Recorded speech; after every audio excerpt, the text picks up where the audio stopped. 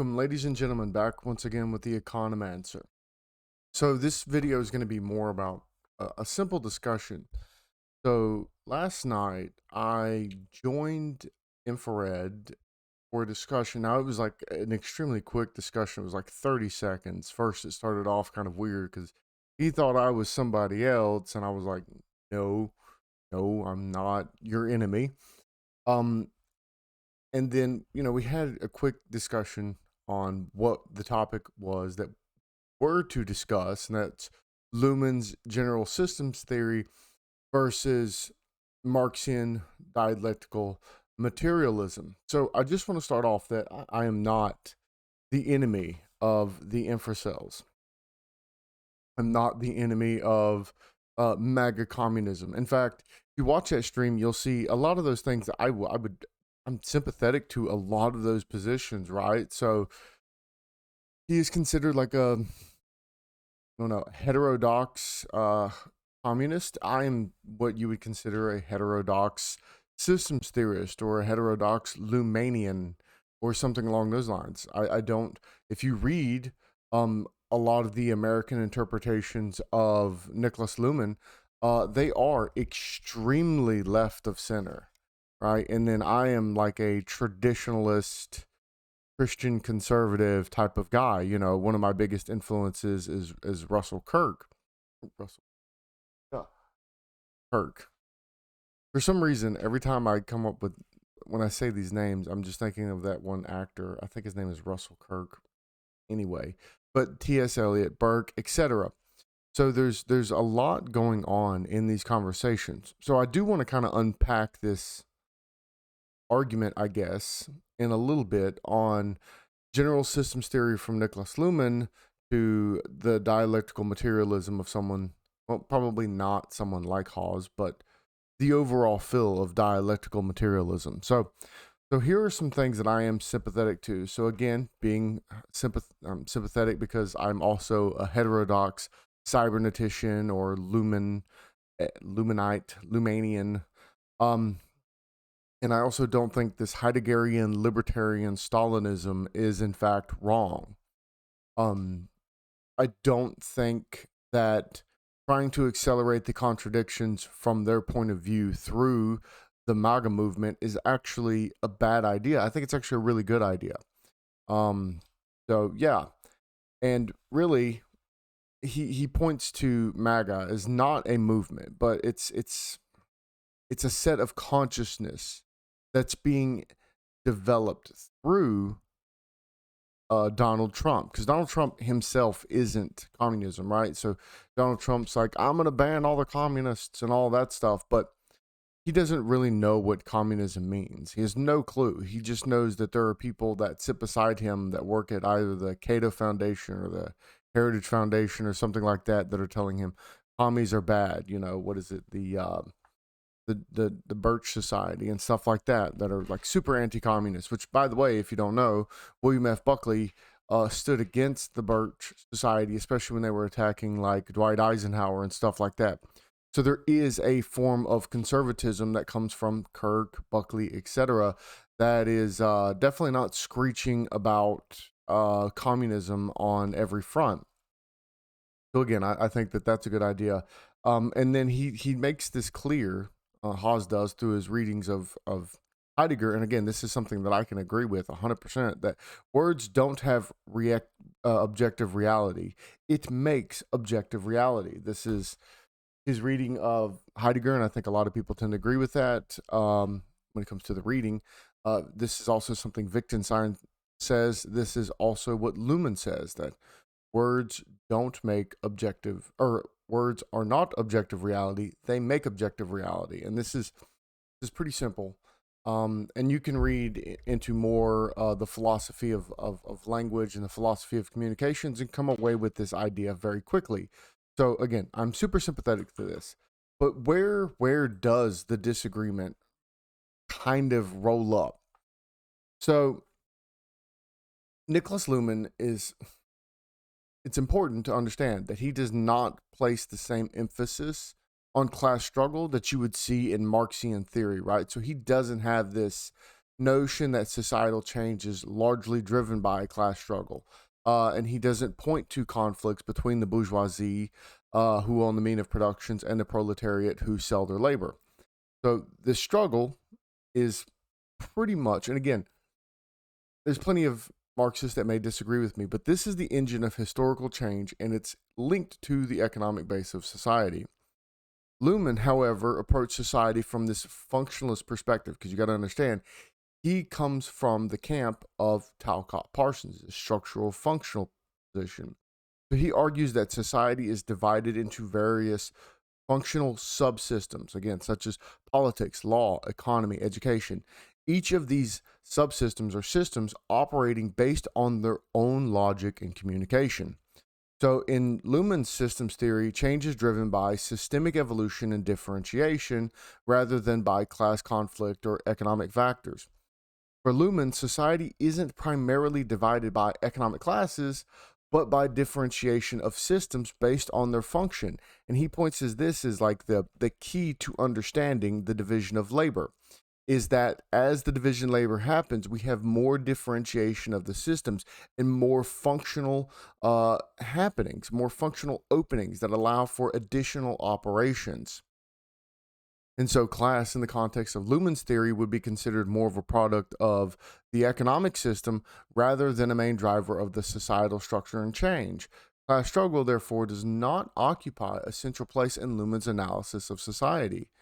And it's important to note that Luhmann did lack focus on the class struggle, does not mean that he denied its significance in social conflicts. What he really tries to set up for this theoretical framework is he's looking at different levels of social analysis, and he's namely focusing on the communications and operations of different functional systems within society, right? That's really important to understand. Now, Luhmann does not position himself as a Marxist. And in fact, it contrasts in many, many different ways from Marxism. However, one of the key ideas that people point to when they talk about Niklas Luhmann is that he holds what you would consider a Marxian epistemology. It's very important to understand what Niklas Luhmann is trying to point at. And again, this is a German sociologist, a systems theorist. He's developing this comprehensive theory of society as a complex system of communications. And if we're really trying to put emphasis on his work, again, it's systems, functional differentiation, and communication. He doesn't worry about human agency. He doesn't care so much about economic factors, which, you could take those as key points in Marxist theory. So why does he have an emphasis, or what is this emphasis on communications? So Luhmann's theory emphasizes communication as the fundamental concept of social systems. So he doesn't focus on the materialist view, which places something like the mode of production at the center of societal analysis. He's focusing on the communication. And you can look at Harold Innis and other individuals, dating all the way back to Aristotle and Plato, really, that really focus on communication and how it sets up the system as it evolves, as it changes, as it progresses or digresses even. And that really we're looking at how communication exists within society. Because again, when we're looking at these functional differentiations and subsystems, because again, Luhmann proposed society divided into various subsystems, law, economy, education, based on their functions, whereas Marx is going to propose society divided along class lines, where you have the bourgeoisie, the petite bourgeoisie, the proletariat, are all in conflict due to their various economic roles. He says that all of these things are in conflict anyway because they're various subsystems, and they're all trying to expand themselves and take up more room from the environment, right? And we have class struggle from the Marxist position that we just talked about. We're not going to hold on to class struggle. Class struggle is something that happens. All right. Now, if you look at the role of the individual, and this is one of those things that you could take it either or from the position of Marx. I tend to read Marx from a very anti-humanist position, and what that means is that it's not highly concerned with individual agency. Some people read Marxist theory and say it is highly concerned with individual agency, especially with regard to class consciousness and revolutionary action. But again, if we contrast this to Luhmann's theory, this largely de emphasizes individual agency, considering it as part of a subservient relationship to a broader system of communications. Now, this is where a lot of people don't understand Luhmann, and I guess this is where I would be like a heterodox Luhmannian. I don't think that his anti-humanism is meant to be directly saying that the role of the individual is just naught. It's just null. He doesn't make that. He does make it very clear that when he's saying this, the role of the individual as a psychic system is something like it has its own agency. That agency is related to all the other agencies, right? So when you take in information, you're going to read into that information what you want, right? This is where he comes from. This is where he gets to be like a radical constructivist. But with that, you still have choice. You still have your ability to actualize the thing that which is in your head, and you still are connected to other people. He doesn't, just completely disregard the work of Weber, and he doesn't just completely disregard the word of Parsons, and he doesn't completely disregard the work of Durkheim. He does point to things such as solidarity. He says, we've come through society for so long that we were trying to figure out these different things. We were at a point where we thought it was class-based. We were at a point where we thought it was solidarity-based. We were at a point where we thought it was technology-based. But what we end up coming to is that all of us are connected through this communication. It's a together. It's a relational property that connects all humans together through communication. And because of this, individual agency is wrapped up in that communication that is relational.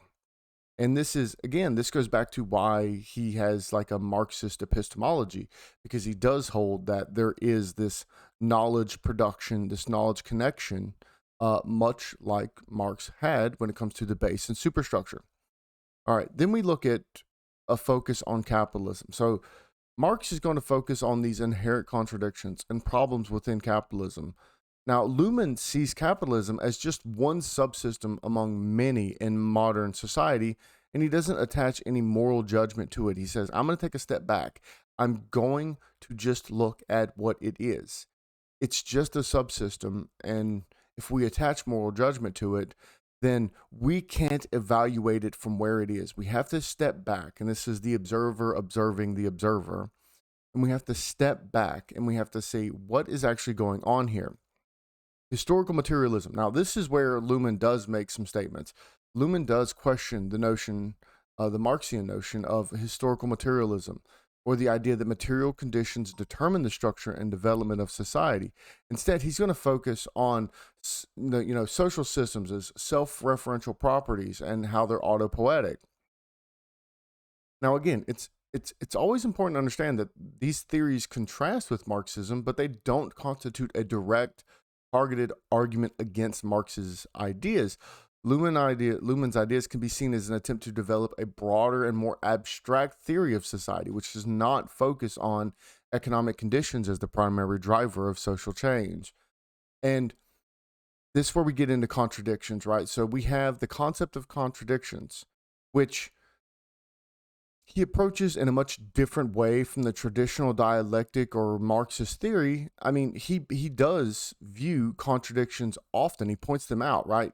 But he states that contradictions are not viewed in some binary conflict between A versus B or A equals A, as in the dialectical approach, but rather he points them as paradoxes that the system must constantly manage. So Luhmann uses paradox to describe self-referential problems in a system that cannot be resolved within the system's own logic. So according to Luhmann, every social system has to deal with its own paradoxes or contradictions. These paradoxes arise from the system's need to establish its own identity by differentiating itself from its environment, while simultaneously relying on its environment for its existence. So you can look at the legal system. This differentiates itself from the political, educational, or economic systems by its specific function of upholding the law. However, it also relies on these other systems for its existence, and this creates its own paradox.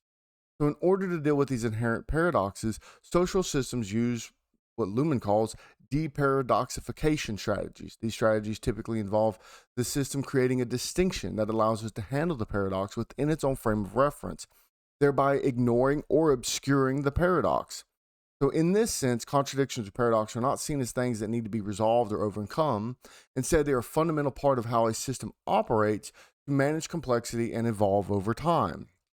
And again, in one of my other videos, I explained how we have this connection between the recoil from Hegel, and then we have systemic differentiation and other types of systems evolution in Luhmann, and how they are very, very closely aligned. Because again, this is an individual who grew up in all of this growth of Marxian theory, of historical institutionalism, and all of this. So he's taking in all of these and he's trying to combine them all together.